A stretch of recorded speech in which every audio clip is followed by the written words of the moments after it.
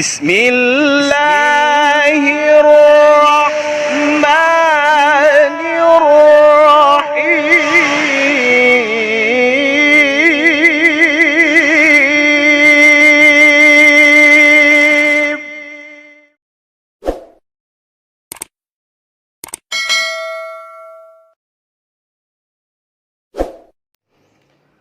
Assalamualaikum warahmatullahi wabarakatuh. Alhamdulillahirabbil alamin. Assalatu wassalamu ala asyrafil anbiya wal mursalin sayyidina Muhammadin wa ala alihi wa sahbihi ajma'in, amma ba'du. Sahabat-sahabatku di mana saja berada, sahabat channel Nasyid Hasan bin Sabit semuanya, pada kali ini saya akan membuat konten tentang tutorial tentang yang harus dimiliki seorang qori-qori'ah yang pemula ya. Jadi konten ini kemarin sebenarnya bermula banyak yang nanya kepada saya tentang bagaimana supaya kita bisa mempunyai suara yang bagus ya, bisa qiraah dengan baik, nafas dengan panjang dan sebagainya gitu ya. Jadi konten kali ini insya Allah akan menjawab semuanya ya. Kalau konten-konten kemarinnya kita membuat konten video tentang ayat-ayat hari besar Islam gitu ya, seperti Isra Mi'raj, Maulid Nabi, dan acara-acara nuzul Quran dan lain-lain. Kali ini saya akan membuat tips-tips yang harus dimiliki seorang qori-qori'ah pemula itu apa ya. Oke, langsung saja. Sebelum masuk kepada itu, mungkin perlu diketahui hal yang paling mendasar bagi seorang qori itu apa. Hal yang paling mendasar yang harus dimiliki seorang qori-qori'ah itu apa? Maka jawabannya adalah ada 3 ya. Yang paling mendasar, yang pertama adalah seorang qori tentu yang paling utama adalah suara. Jadi kita mengaji, kita yang akan diperdengarkan kepada yang audien, yang diperdengarkan kepada masyarakat, yaitu adalah suara ya. Tentu suaralah yang akan berpengaruh nanti kepada yang mendengarkan ya, bacaan-bacaan kita. Itu yang pertama. Yang kedua adalah yang harus dimiliki seorang qori, nafas ya. Jadi tidak cukup dengan suara tapi nafas juga ya.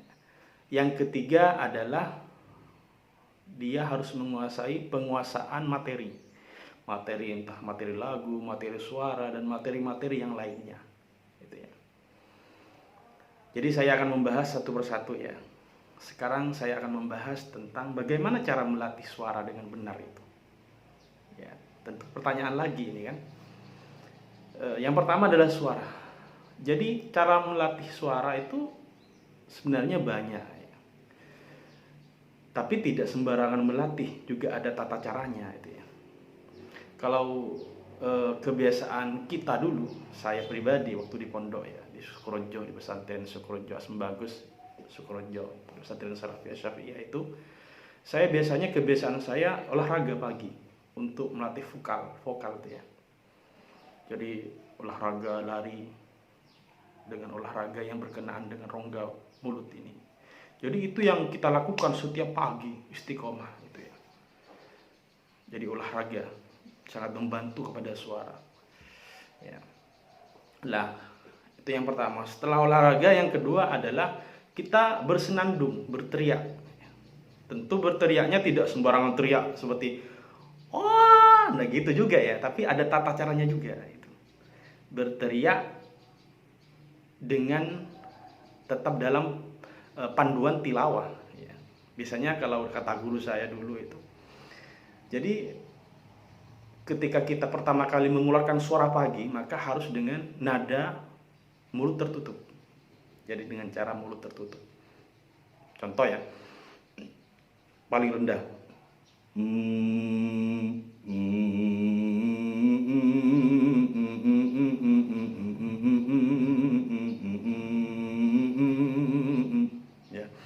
Setelah seperti itu sudah kita mengayun-ayun nada itu dengan mulut tertutup. Nada itu ya setelah lama-lama sudah mulai panas, naikkan lagi nadanya itu. Kalau itu nada nawa, soalnya nada nawa ya, nada koror. Kita naikkan lagi ke nada Husaini.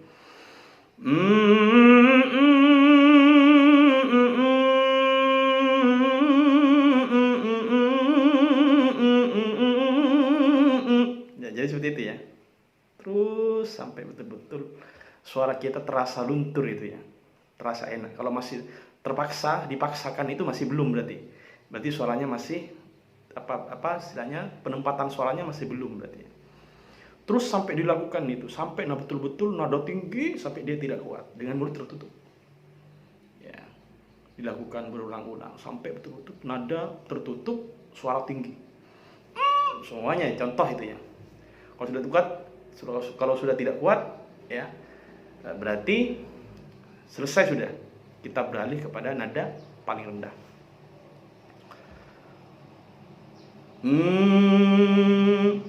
Dengan nada suara terbuka ya.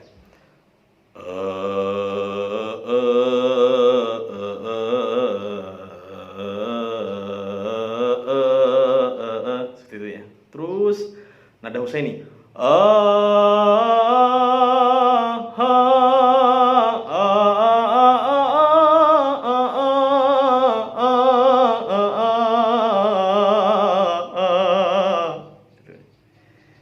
Terus nada jawab, nada jawab, syuri jawab. Terus seperti itu. Itu dilakukan setiap hari seperti itu ya.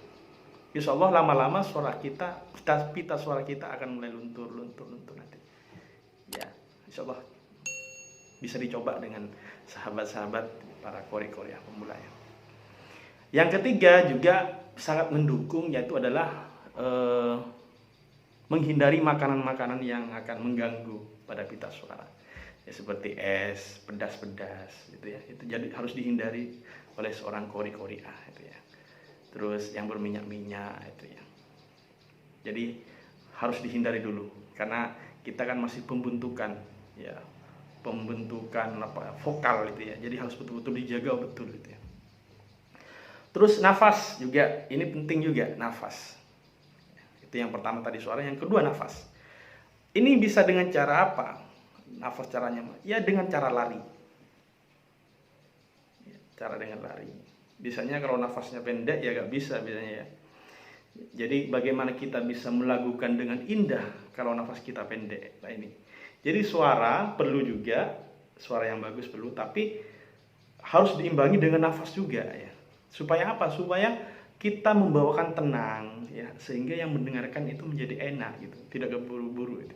Biasanya kalau kita nafasnya pendek, itu kan tidak terfikir untuk menghayati betul-betul meresapi lagu itu. Biasanya dia ingin cepat-cepat selesai gitu loh. Karena nafasnya pendek, akhirnya penjiwaan itu ya, itu rasa itu tidak ada gitu. Jadi penting. Latihannya dengan olahraga, lari, renang itu bisa. Kalau renang itu biasanya ketika renang menyelam ke dalam air, dia menahan sekuat mungkin, kira-kira kuatnya berapa detik itu ya.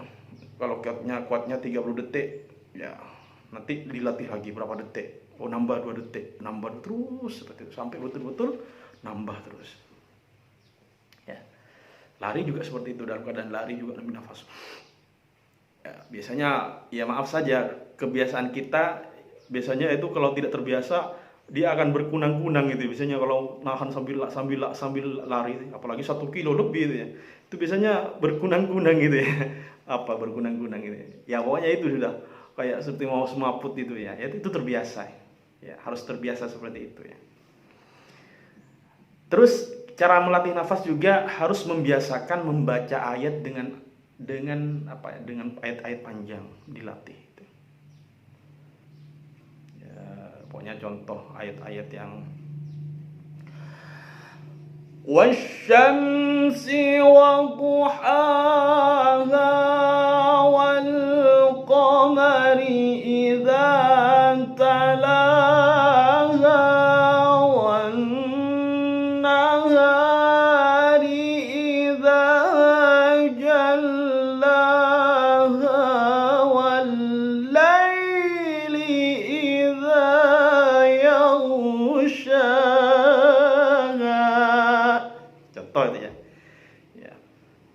beberapa ayat itu ya, itu diulang terus, diulang.